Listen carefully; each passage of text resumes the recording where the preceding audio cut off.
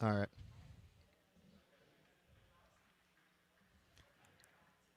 Hello and welcome to the Game Theory Podcast. I'm your host, Sam Vecenie. We are presented by The Athletic. Today on the show, Andrew Schlecht is in the building, and we're actually in a building today, as you can see if you're watching live. Oh, it's been such a joy to be in the same building as you. It's been fun. We've recorded a couple podcasts for The Athletic NBA show. Or I think we're going up on Tuesday, right? Yep. With The Athletic NBA show. Yep. If you want to hear Andrew and I's thoughts on rookies, you're going to be able to hear it there.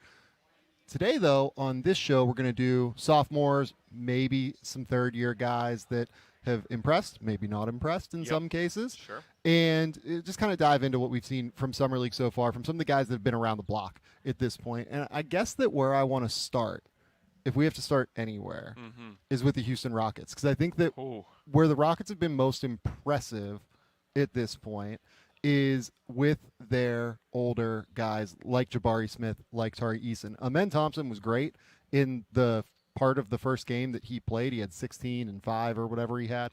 But I thought that what we saw from Jabari Smith from the second half of his first game onward was absolutely outstanding. Yeah, I was a little concerned watching him in the first half of his first game and thought, oh, no. And then he just piled on points and rebounds and, like, got to the free throw line a ton and, like, showcased some dribble moves that I didn't think we saw last year. Yep. And he looked like a new man, and he looked like he was on a mission, and he was there from the second half on. He hit that game winner that was just absolutely electric. Yeah. And then in the second game against Detroit, he just he may have committed a crime. Yeah, so the first game was great. Like, he had the awesome, incredible finish to that where he made the, what was it, probably 30-footer to win the game for the Houston Rockets. Yeah. The second game was so much more impressive. Oh, my God. Like, truly. 38, 7, and 6.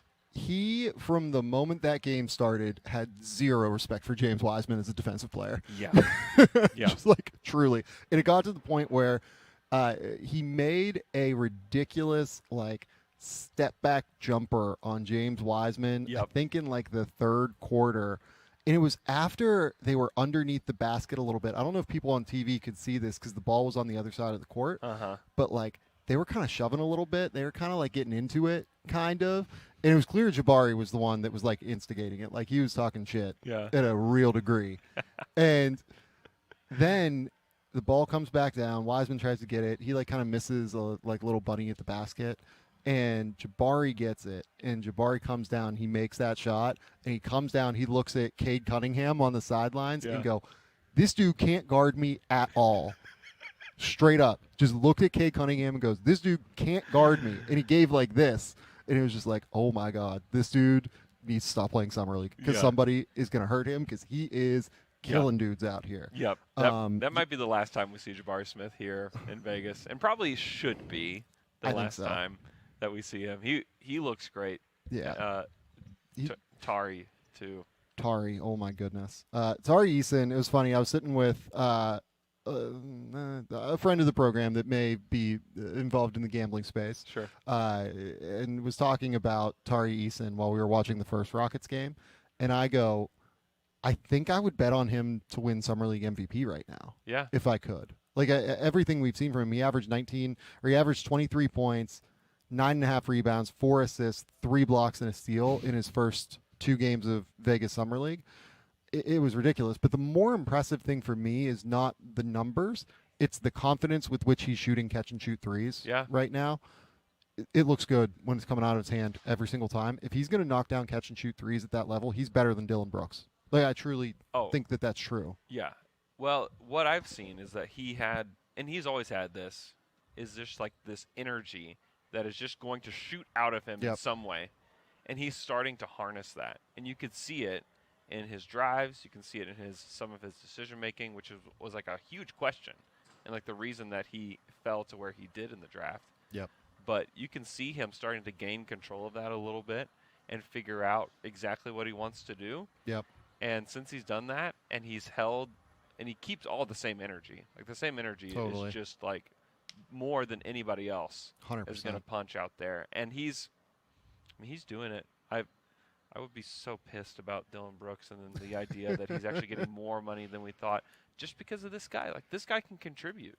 I think that he can do more than contribute. I think he, is just better than Dillon Brooks. Yeah. Like, truly, I think he is. Like, Dillon Brooks is great. Like, he was an all-defense guy last year, and he will come in and he will make life very difficult for opposing teams defensively, particularly on opposing guards and, like, smaller forwards. But I mean, Tari is 6'8". He has a 7'2" wingspan. Yeah. He has enormous hands. Like, some of his biggest highlights so far this year, or this summer league run at least, have been he has had 2 like gathers driving to the rim where he has used like his enormous hands to just palm the ball off of his own dribble and gather and just like cock the ball all the way back and just slam on dudes. But like the one-handed gather of it all is just like, oh my God. Like the quickness with which he comes up with it is just insane. Yeah. He's so much fun. Yeah. The Rockets have put together a very interesting young team, especially when you add Amin Thompson to that, when you add Cam Whitmore to that, when you add Jalen Green and what his improvement could be. Like, it's a nice young core. It's going to be all about how can you organize them and how can you get them all pulling on the same rope. And if they can do that, like, they could be a team that wins 30-plus games next year and shows, like, the improvement that you want to see. You mean not 40, like our friend at The Athletic, Jay King, thinks? No, that's absurd.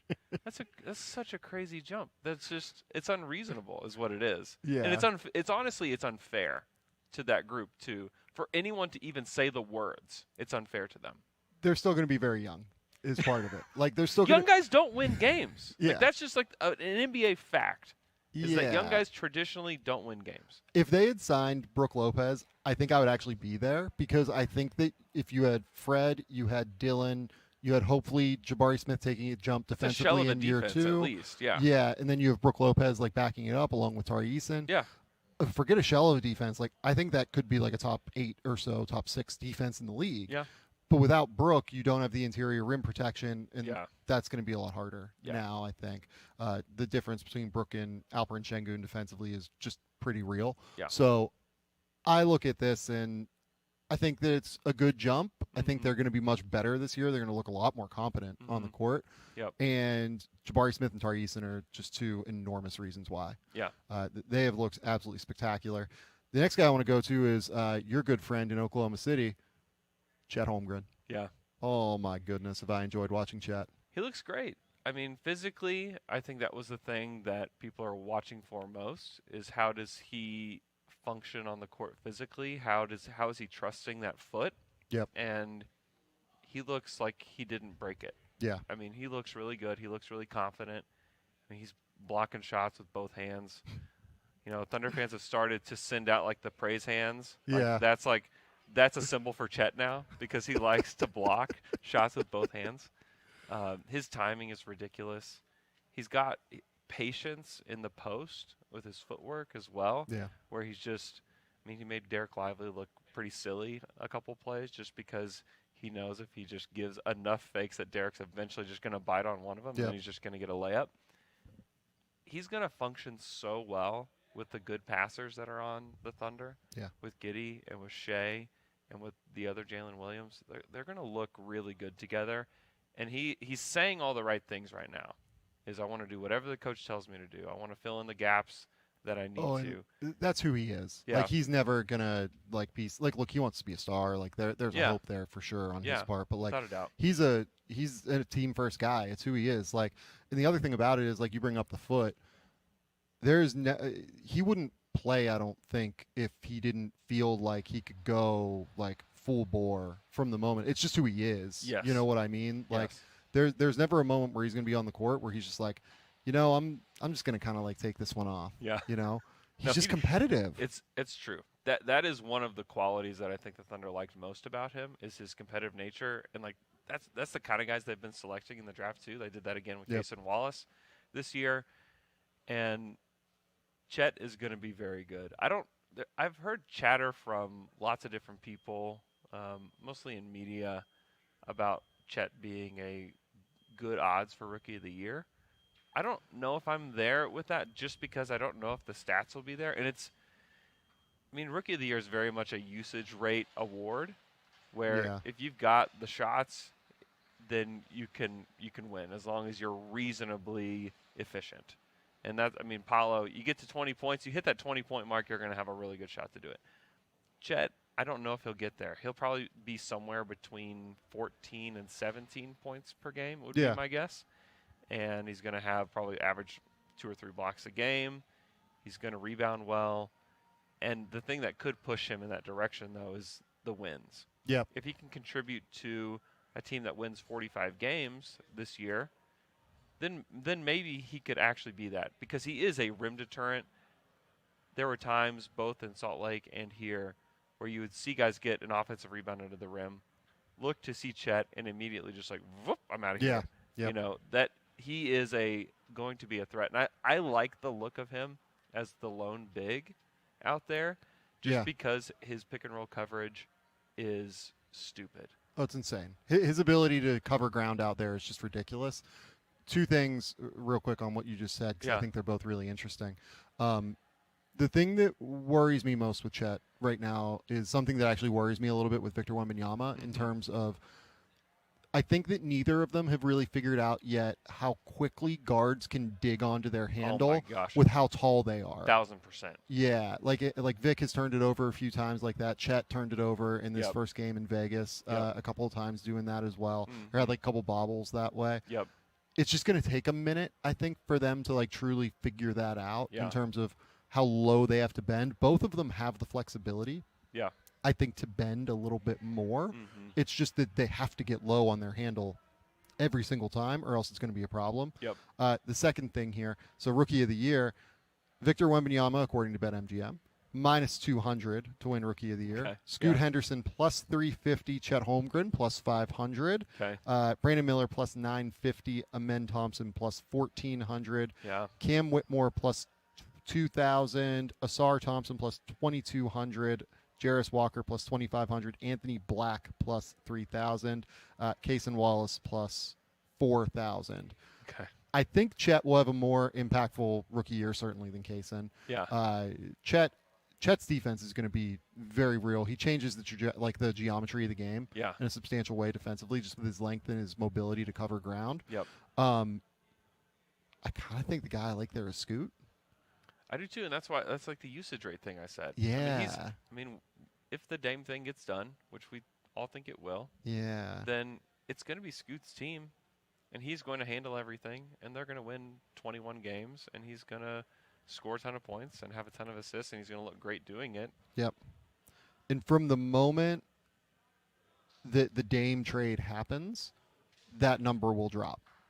Oh. Immediately. Oh. Yes. So I kind of like that actually a little bit. I do too. I do too. Shout out BetMGM. Yeah.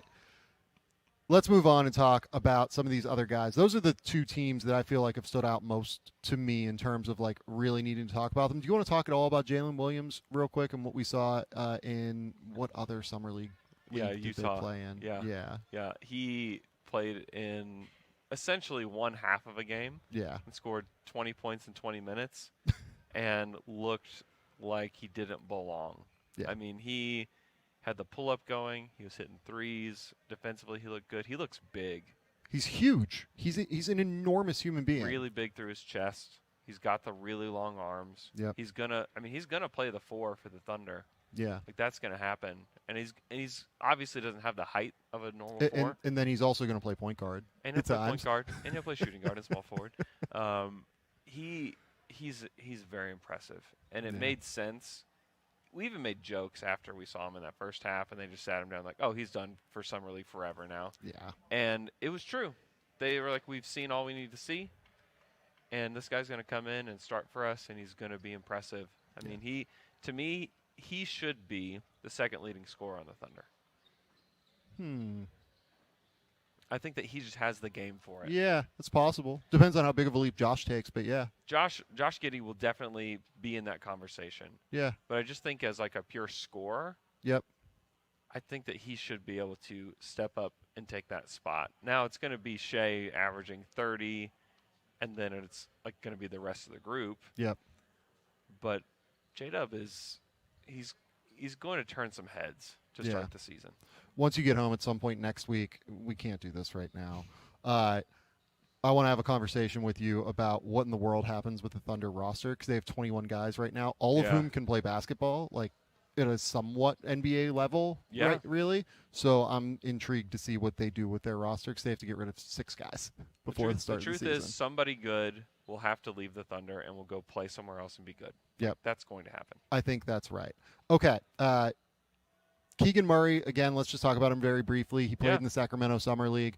He had 41 points in a game. He was just absurd again, like completely ridiculous. Somebody that should not be playing any more Summer League at this point. Yeah. Very similar boat to Jalen Williams. Yeah, it's the self-creation stuff for him that popped, where it was kind of a question whether he was going to be able to be that guy. And you kind of look at Sacramento Summer and think, okay, did they get better? No, they probably got the same, which for the Kings is such a win. Yeah. You know, for them to just be stable and to bring back the same guys. But I do think that they could get better just because Keegan Murray is going to be in year 2. Yeah. And he's going to be able to, he already contributed at a high level for them for a rookie. Yep. And then he can come in and just get better. And maybe as Harrison Barnes continues to age, Keegan can kind of take that spot. And I think Harrison is probably a great veteran to have alongside him to kind of teach him how to be that scorer. Because, I mean, people forget about Harrison Barnes and how good of a player he's been, because he's been hidden a little bit since he was with the Warriors in Dallas and then in Sacramento. He's a really good player. Completely. That I think can really help Keegan Murray with his development. So I don't mind that re-sign. And I think Keegan Murray, along with Jalen Williams, will turn some heads to start the year. I think you're really right. I think I just need to apologize to the Sacramento fan base. Keegan has way more upside than what I thought. Yeah. Just truly. Yeah. He's way more upside than what I thought. Yeah. The self-creation things that we've seen now in Summer League, a lot of it looked like pretty translatable just in terms of being able to get to his spots with power and length and athleticism. I think so, but too. also with the skill, like the ability to handle the ball. Obviously, he can shoot. Yep. Yeah, he's a dude. Yeah. This was a I was a little too low on Keegan. I think even after this season, I think I was a little too low on Keegan. Yeah. Let's move on, though. We can't spend too much time. I do want to talk a little bit about the Pistons. Yeah. Because the Pistons have both Jaden Ivey and Jalen Duren. Yep. Goodness. I think Jalen Duren's actually been really impressive. The fact that I just slipped my mind. He's been much more impressive than Jaden Ivey, I think. Yeah, he has. But I do want to talk about Jaden. The thing that has frustrated me has just been the way Jaden has played in like a real way. Yeah. It's a lot of dribbling. Yeah. It's a lot of dribbling for Jaden Ivey right now. And I would like to see less dribbling. Yeah. It's a little bit of chaos in the wrong way for him here, where he's turned the ball over a lot. And I don't know if some of that's his teammates or just like not quite the cohesion that you would want. Yep. But he definitely doesn't stick out as a second-year guy to me here so far. He looks like somebody that is still going to take some time to figure it out in the NBA, whereas you want the second-year guys to come in like Keegan Murray did and just like drop 41 and be like, hey, see ya. Like I'll see you in the regular season. Yep. Whereas with Ivey, I've kind of left these games thinking I would like to see more. Oh no, definitely. He needs to keep playing. Yeah. I think. Yeah, I think, and that's a problem for a top 5 pick. And I don't even know if it's like a problem. I wonder how much of this is the Pistons telling him just go. Yeah, right. Maybe so. Like, hey, we want you to be the guy. We want you to take all of these possessions. Like they have enough guys on this roster that they shouldn't have to do that. Like they have Ausar Thompson. They have Marcus Sasser. Mm-hmm. Like I would like to see him play more off the ball. Frankly, is kind of where I'm at. Sure. Yeah, and he's going to have to function within this team. Yep. Because this is not his team. This is going to be Cade Cunningham's team. I totally agree. Like if I was the Pistons, I would want to get him more of those reps off the ball. And that's where I'm a little befuddled with just the usage of Ausar Thompson so far. Yeah, it's been a little bit strange for sure. I would like to see him on the ball a little bit more. We talked about that on the Athletic NBA show. Go check that out on Tuesday morning. Yep. Jalen Duren, I think, has looked awesome. And it's some of the flashes that people have been hoping to see in terms of like the on-ball stuff. Like he's grabbed and gone a couple of times and like gone all the way to the rim. Yeah. He's done it a couple times and had like terrible player control, like charge fouls. Yeah. But just the confidence to be willing to do it, I think, has been really impressive. I think he had like 20 and 8 yesterday in the game that I watched. 17, 8, and 1. Yeah. But the thing that was impressive to me is like his aggression and just him knowing when to take shots and when to go was pretty impressive. Yep. He only took 8 shots, and a lot of it was just getting to the free throw line using his aggression. Yep. And like that's going to keep him on the court for the Pistons this year. And just physically, like he has always been impressive physically.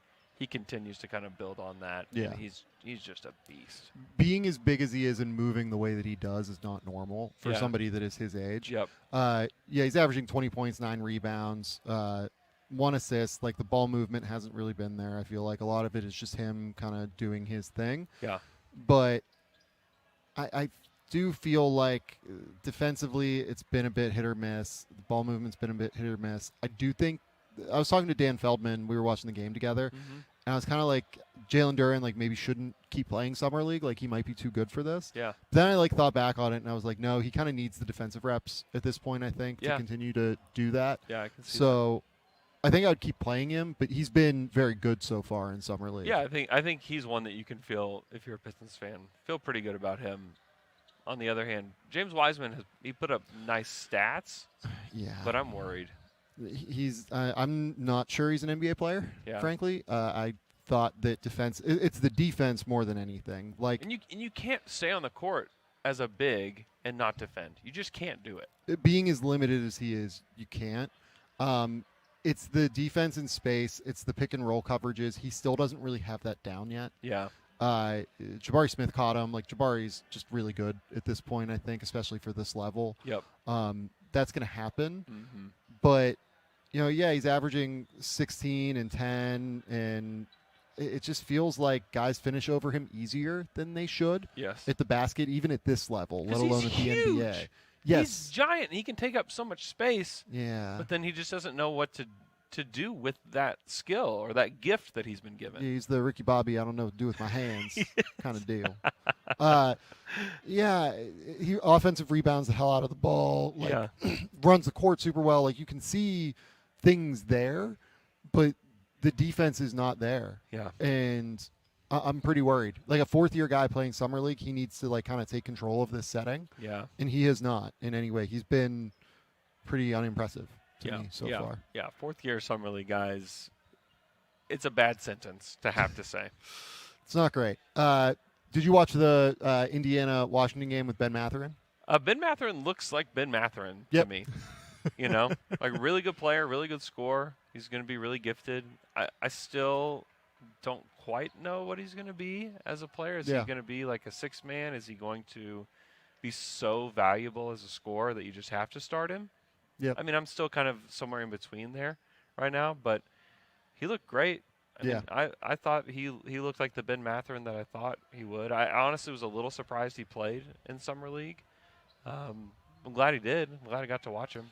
Yeah, I thought Ben looked good. He did exactly what you would expect Ben to do. He had 27 points in that game and, made 3 out of 10 from 3 and took a lot of pull-up shots and was aggressive and attacking. And I'm glad to see it, I guess. Yep. Like, it's funny, like I was watching, Andrew Nembhard play, and I thought Nembhard was quite good as well. Yeah. Like, everything that Nembhard did in that game was exactly what you want to see from him. Like, he dictated the tempo of the game at a super high level.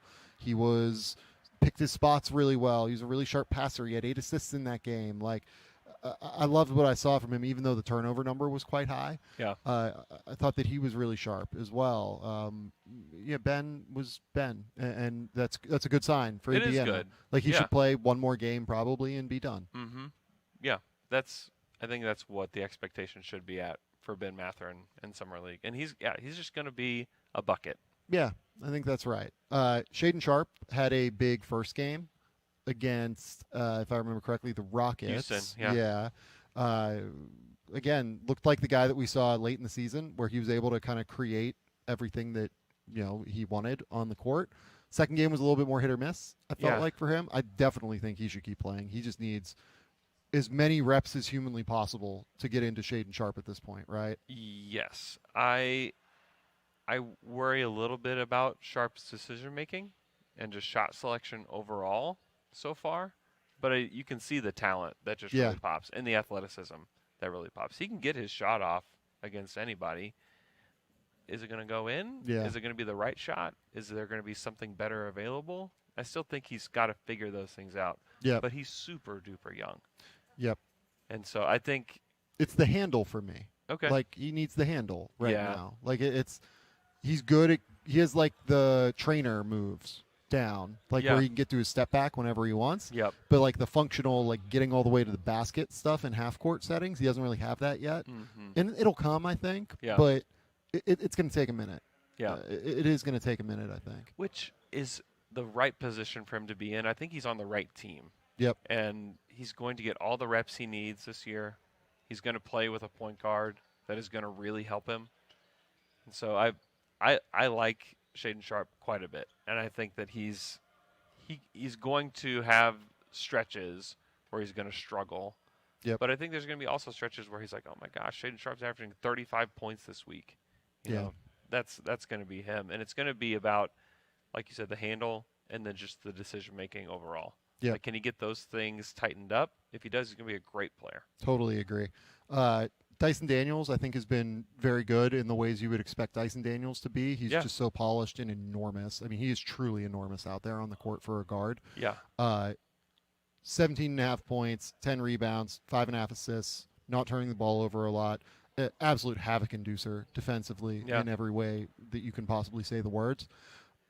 Again, the shot is not there yet. I would keep playing him just so he can get these live game reps as a shooter. But everything else is exactly what I wanted to see from Dyson Daniels as a player in Summer League. Yeah, I want to see him take on a bigger role with the Pelicans this year. I think he deserves the chance to do that.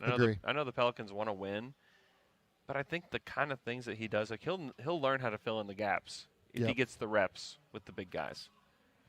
And so I have no concerns. I think that he's going to be good for them. His size allows them to plug him in at different spots. Yep. Like, I think he can be a point guard, but he could also be a wing. He could also be your small ball 4 if you need him to be, just because he does have the size and the length.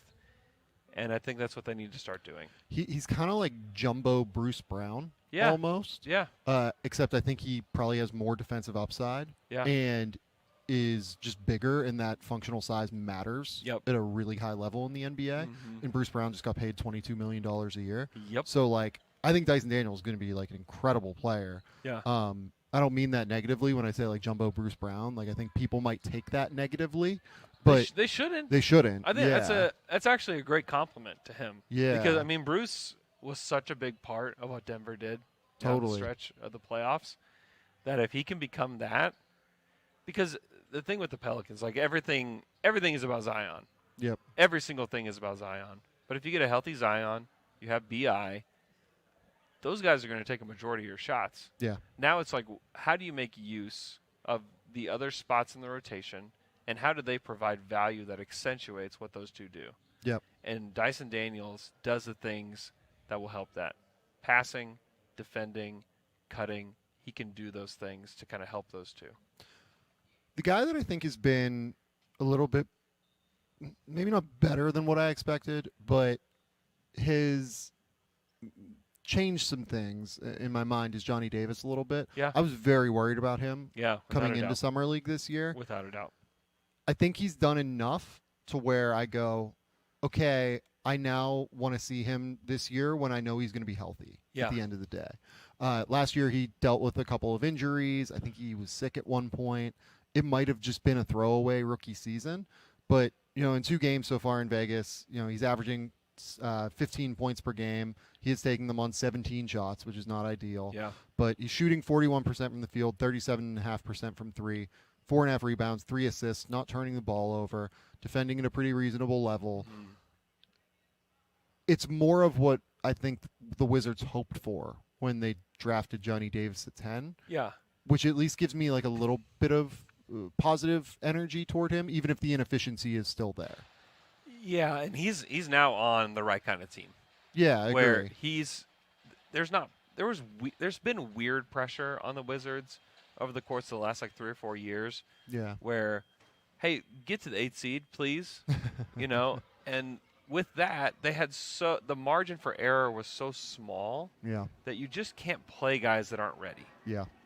And now they actually have a direction. They stop straddling the line. They're going to be bad. They might be the worst team in the NBA. But you bring in Johnny Davis now and say, okay, Johnny, like we have time to develop you. Yep. You can go out there and you can make 5 mistakes and we're not going to pull you. Yep. But we are going to teach you. And that's what he needed. Yep. Like last year was a kind of unfair situation for him and for almost every player on the Wizards. Unless you knew how to play already, you were kind of screwed. Yeah. And that will not be the case. So a lot of people have completely jumped ship on Johnny Davis, and I get it. But let's give him another year and see what he looks like at the end of the year, because we were talking about this. Jordan Poole looked hopeless in year 1. Totally. He looked like he was maybe the 399th best player in the league. I think that's generous. And but what he got was a gift with that tank year where everybody was injured. He got a chance to play, and he figured out, okay, what is my game? I'm going to figure it out through 82 games, who I am as a player. Yep. And Johnny Davis is going to get the same opportunity to figure out who he is. And maybe he's still not an NBA player. That could still be the case. Totally. That's on the table still. But he's going to get the chance to figure it out, which I think is what he needed and what a lot of these guys need. I mean, we sit down and watch these guys. An opportunity for a vast majority of them can determine all of their careers. Yep. There is like your top like 5%ers that are just going to be good no matter where they go or what they do. Some guys are going to have like some success anyways just because they're talented, and then you have everybody else. Yep. And it's like it just depends. Like we talk about Bruce Brown. Like Bruce Brown, if he was on the wrong team for 4 years, could be completely out of the NBA. It'd be tougher. It'd be much tougher for him. But he found like the exact right positions. I think he found a really good team for himself this next year too. Yep. But if you put him on weird teams that he just can't function within, or they don't know how to use him, like, wait, you're a point guard, but like, really, what are you? And like, how do we put you out there? I mean, well, honestly, like it was kind of like that in Miami. He was a 5-star prospect coming into college. Yeah. And Miami played him as like a traditional guard. Yeah. More than anything else, and it wasn't the ideal spot for him. Yep. We talked about that on the Athletic NBA show that's coming Tuesday. Like, we're so excited to see him and Jarris Walker just be the short roll guy for Tyrese for 48 minutes a night, 82 games a year. I think it's going to be really impressive. The guy that I realized we didn't talk about in the Oklahoma City section that we hit earlier is Usman Jang. Yeah. I actually really liked him in the first game. He had a couple of just like ridiculous step-back threes. Yeah. And it's the consistency at the end of the day for him. Like, he needs to bring it night after night after night. Yeah, it's flashes for Jang still. Yeah. And he's young, and it's going to take some more time with him. Yep. Defensively, he's pretty engaged. Yep. Offensively, there's possessions where you don't realize he's on the court. Yeah. And he just kind of fades to the background a little bit. He's not engaged in every action. He's not always cutting. You can catch him standing around. But then, like, he had a step-back 3 that he took that just was cash. Yep. And he can play in transition. That's something that he did do really well in his rookie season, is play in transition and just finish with dunks. Like, he can do that. And he's massive. I mean, he's 6'11". He's got crazy long arms. He can handle. He does actually use his flexibility a little bit better than guys like Chet, Chet's a little bit bigger, but not by much. But he knows how to handle a little bit better. Like, he does get down a little bit more than those guys do. It doesn't really get the ball stolen from him. Yeah. But it's still going to take some time for Us. And if he can get those reps, just like we were talking about, like, the reps are going to start going away for these young developing Thunder players. And I feel like this year is going to be so important to Us and his overall career with the Thunder, and if he can continue to kind of grow with them. Because once you become a good team, we saw this with a guy like Jonathan Kuminga. Hey, if you're not good, sorry, man. Like, you can't play consistently. Yeah. And I think the same could be true for Us as they develop and become a good team. And if the Thunder reach 50 wins in the next couple of years and Jang still isn't there, then I think the concerns will remain. But he's shown the right kinds of flashes in Summer League so far, He's gotten a little bit better every game that he's played throughout. It was a concerning first game in Salt Lake. Yep. And then he bounced back, and he's gotten a little bit better every game and is finding ways to contribute with this team. And so I think that there should be reasonable hope for Usman Jang with the Thunder. I think so too. Like we talked a minute ago about like the roster crunch that Oklahoma City has. Like he's not in the mix at all to be cut. Like Absolutely I don't even think not. remotely close. Absolutely like he's really not. interesting still. I would never even consider that. Yes. The last guy that won the lottery in 2022 that we haven't talked about is Ochai Agbaji. Yeah. And it's been a lot of what Ochai does well, I think. It hasn't been a lot of like growth beyond that. Like, you know that he's a great athlete. You know he's going to get up 3-point shots at volume, like, consistently. He's made 38.5% of his 10 3-pointers attempts per game so far in the 4 Summer League games that he has played. Rebounding the ball well. I don't feel comfortable when he's dribbling the ball. Yeah. He's just limited. And that might be who he is. Like, we're coming up on Ochai. Like, he'll be 24 this coming NBA season. Mm-hmm. He's 23 currently.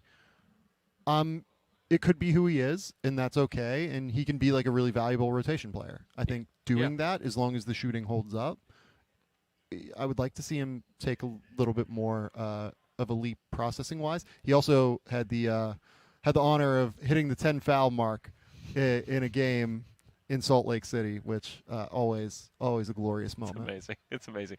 Yeah, I mean, he's a complimentary piece and could be a very valuable one for Utah.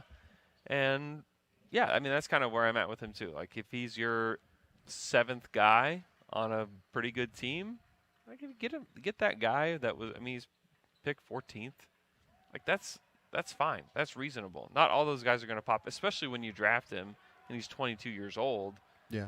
The expectation for most of those guys is that they're going to come in and contribute right away. He did that a little bit for Utah. And like, yeah, I mean, that's kind of the reasonable expectation for him. Yeah, and AJ Griffin is the next guy I want to talk about here. Mark Williams isn't playing at Summer League. Yep. AJ's just been kind of there. Yeah. Yeah. I guess is the best way to put it. Has not really taken the leap that I guess I would hope as a ball handler and like shot creator in settings like this, where I think he should be able to do that. Yep. Only averaging 9 points, and that's not ideal. Yeah. I think for somebody like this that should be able to come in and be just more aggressive and impactful. Yeah, I mean, like, this Hawks Summer League team is very weird. Like, Brady Manick is leading them in scoring right now after 2 games. And Brady, I mean, my God, that first game, Brady got, like, smoldering hot from 3. It was amazing. When he gets rolling like that, it's something to behold. Yeah. But, yeah, I mean, like, I haven't been super impressed with Mo Gay. I have not. Yeah. We talked a little bit about Kobe Buffkin. I really liked his second game quite a bit. This is just a strange Summer League roster across the board. Yeah, with AJ, it's about volume with him. Yeah. And he just didn't really even take that many shots. He didn't really even play that many minutes. Some of that could just be that they're trying to figure out what they have in some of these guys. Like Seth Lundy is on their team, and they gave him some minutes. And for whatever reason, they're playing Vit Krejci 23 minutes in a Summer League game. But for me, I want to see, can we get AJ 10 or 12 threes in a game? Like, can we find a way to get him there? Because that's where his value is going to be. It's just as like this like deep range bomber for them. And he did have like the potential to be a guy that can create a little bit for himself. He did that a little bit in high school. Yep. And I am with you that just wasn't there for him. And he's not able to get to that level yet. And he's still young. I mean, he was one of the younger guys in his class last year. And so it's not like there's worry or concern there for him. But he still is just going to take some time to develop. And hopefully he can just be a guy that spaces the floor for them and then can learn to attack a closeout a little bit better as he goes along. But yeah, not super impressed with AJ so far. 2 more specific guys that I want to talk about, and then we'll kind of zoom around a little bit in the 2022 draft. I really have liked what I've seen from Peyton Watson for the Nuggets. The shooting is still not there, and that's ultimately going to be kind of his swing skill. But I kind of think Peyton Watson is going to actually be the guy that steps. Like, I think Christian Braun will move into the Bruce Brown role. Yeah. And then I think that Peyton Watson's going to be the guy that moves into, like, Christian's role last year. And he's been good in Summer League. Like, he's averaging 19. He's rebounding well. He's doing all of the, like, crash bang stuff that you wanted Christian Braun to do last year and was very effective at. I think that Peyton Watson's going to do that kind of from day one with the Nuggets this year. Yeah, I mean, you get him at 30 last year. He's this big wing, pretty young freshman that kind of came in. I mean, he wasn't crazy productive at UCLA. It was just kind of a swing. No, yeah, like he did not play a lot at UCLA. Yeah. But like he was a late riser in the recruiting class, kind of a late bloomer physically as well. Like, you know, not the youngest guy in that class, but probably one of the youngest guys just in terms of knowing how to play his own game still at this point because of his frame. Yeah. So I really liked what I saw from him. Yeah, big wing. I mean, and everybody needs big wings. Yep. And especially when you're losing Bruce Brown. And if you can fill in the gaps with guys that are in the pipeline already, especially with this new CBA that can fill in and they're cheap first-round picks, I mean, that's ideal. Yep. And so you should be encouraged. Yeah. You know, seeing what he's done. And they've got other rookies, and we talked about them on the Athletic NBA show. They're going to have options there with young guys to play. And I'm sure they will cycle through, but I kind of agree with you that Peyton would be the guy that I would put in that slot. To start the year at least, I think. And I think he'll run with it. I do. The other guy I want to talk about is actually a guy that went undrafted in 2022. Okay. Don Barlow. Okay, yeah. He looks straight up like an NBA player. He's not currently signed right now. The Spurs, I believe, have him on a two-way restricted free agency qualifying offer. Gotcha. Yeah. If I was another team, I would make the Spurs match. Yeah. On him right now. Yeah, he has been one of the guys that's popped. Yep. For them. Champagne's been really good for them. Yep. But yeah, Barlow has looked like a guy. Yeah. And certainly someone that can play on this iteration of the Spurs. And I actually think he straight up looks better right now than both of their first-round picks last year in the backcourt in Malachi Branham and Blake Wesley. Yes. But both of whom have not impressed me in any way, shape, or form. No, and some of that's like not understanding the moment, not understanding what should be happening in the game when I've watched them, which is concerning for a guard in particular. I think you can get away with that as a big more than you can as a guard, especially when Victor Wembanyama's on your team. And it's like, hey, this dude is hot and he's playing well. And then you just see some wild shots from actually both of those guys where you sit there scratching your head like, why is this happening? But yeah, like Barlow, though, seems to fit in well. Yep. They should at least put him on the two-way or bring him in and just let him play. I think you have to sign him. Like, I think you just straight up have to sign him to a real deal.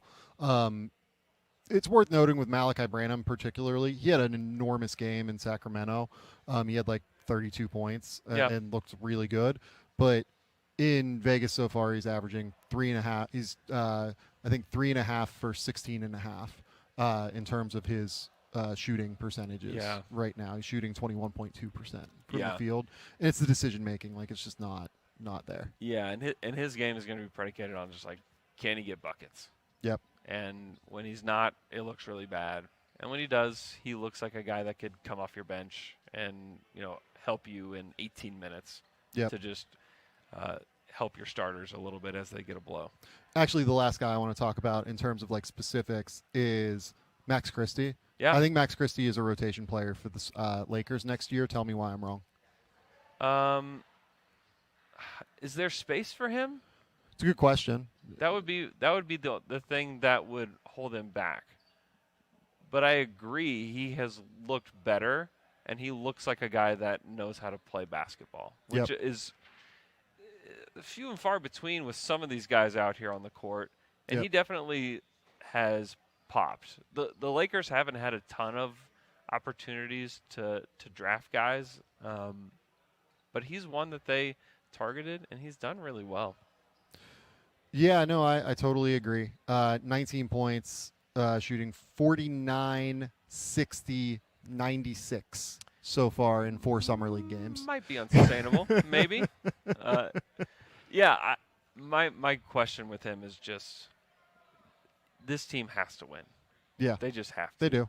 And do they have time for him to kind of learn how to play the game a little bit better with LeBron? And it really will all come down to, like, how much will LeBron invest in Max Christie? It's a good question. But he's a shooter, and LeBron tends to like playing with shooters. Like, we've seen it with Austin Reeves, who has become a great player. Yep. And has really – and a lot of that is Austin Reeves. I don't want to, give all the credit to LeBron. Like, Austin has become a guy that can be on ball. He knows how to play, and he knows how to play with LeBron. Yep. And can Max shine in that similar kind of way? Because I think LeBron would legitimately love to have a couple young guys that they can run with that are going to bring energy and effectiveness at those positions in particular. They need those, but they did bring in Taurean Prince, who's going to take a lot of those minutes. So, yeah, if they didn't bring in Taurean, I would say yes, but I'm a little bit murky in that he may play more G League than in the NBA this year. Two more teams before we go. I love this Memphis Grizzlies team so much. Like, truly. They're so physical. They're so fun. Like, you have the, like, twin trucks of David Roddy and Kenneth Lofton Jr. Yeah, Kenny Lofton, man. You have Vince Williams, who's playing really well in Summer League so far. Yeah. You have Jake LaRavia, who has been up and down. Like, the shot hasn't always been there, but I think he knows how to play, which is valuable. Yeah. He's had his moments. But more than that, they have Frankie Ferrari and Jacob Gilliard running the show. And I mean this truthfully. Having adults who know how to run a show is so vitally important for getting your guys in the right spots and getting them the ball in positions to where they can succeed. Because the other team I want to talk about in regard to this is the Charlotte Hornets. Oh, boy. And they are unwatchable because they don't have somebody like this. Yeah. Like, if I could make any Summer League trade right now, I would trade Frankie Ferrari to the Charlotte Hornets and just play him 30 minutes. Yeah. And just let him get the ball to Nick Smith off the ball, certainly to Brandon Miller off the ball. Yeah. You know, James Bouknight's going to do his own thing, and that's a issue in and of itself. Yeah. But, like, just having somebody out there that's an adult, I think would be so helpful for the Hornets. And I think that is it's like the smallest fucking thing in the world. Yeah. That you're going to find is who your Summer League point guard is. But it's like a microcosm of the difference between the Memphis Grizzlies and the Charlotte Hornets right now. Oh, my gosh. It just, even in terms of, like, running their own basketball operations department as a whole. The Hornets did the impossible, and that they made a Victor Wembanyama game boring. Yes. They did. It was all their fault. I blame every single bit on them. I don't blame Vic. Vic was falling asleep because he saw who was on the other side. He's like, I cannot watch James Bouknight dribble the ball one more time. Oh, my God. If I watch him dribble, I'm out. Like, I'm done. Like, Vic's just going to retire if he has to play that Charlotte Hornets team one more time. Yeah, it's miserable. It's awful. It's terrible. All the bad things are the Charlotte Hornets. Yeah, they are. I can't watch them anymore. I'm sorry, I can't really do it. There's just not really a point, I don't think. Yeah. We're not going to learn anything new. We're not going to learn anything important at this point. No. The Charlotte Hornets are. Oh, we've learned all we need to learn. Yeah. It's over. I think we've learned what we've needed It's to over. learn. Yeah. Last quick shout out. Shout out to Luke Travers. Luke Travers has been super fun. Legend. Currently signed with Melbourne United. He left Perth to sign with Melbourne United over in the NBL. And, man, Luke has been really fun and impactful in the minutes he's played in Cleveland. He had a really, really good game, I believe, in the second game that they played. And I really liked what he showed, both just in terms of playing off the ball and knowing how to play. Yeah, Summer League legend. Yeah. I don't think there's space for him in the NBA, or at least with his current team No, right not now. this year. Yeah. But he's at least super duper fun.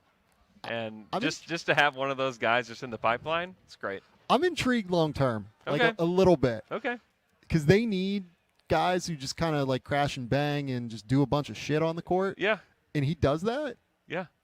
He's only 21 still. Like, he turns 22 in September. Yeah. He's going to go to a really good organization in Melbourne United. Maybe I go profile Luke Travers when I get back to Melbourne. Oh, you should. Maybe that's it. And I assume he's just a fun guy, just by looking at him. I don't know anything about him personally, Yeah, but I get the impression he's a pretty fun guy. Should do that. Yeah, that'll be fun. Be all aboard for that. Okay, do you have anything else you want to hit on before we go? No, this class is really good. Yes. Sophomore class is really, really good. And I think there should be high expectations for a lot of these guys heading into next year where, we're seeing a lot of the face of the NBA is aging. Yeah. And there's going to be new guys that are going to take over. And I think there's a couple guys in this class that are going to have a chance to do that. Yep. No, I agree with you. I think that's a good place to end it on.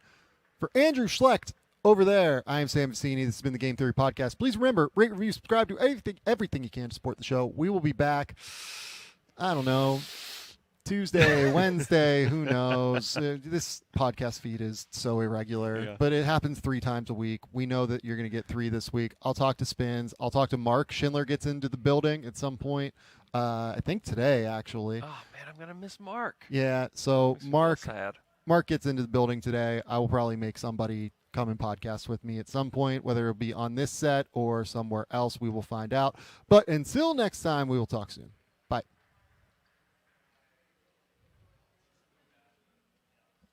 Awesome. Sweet. Thank you. All right. Honestly,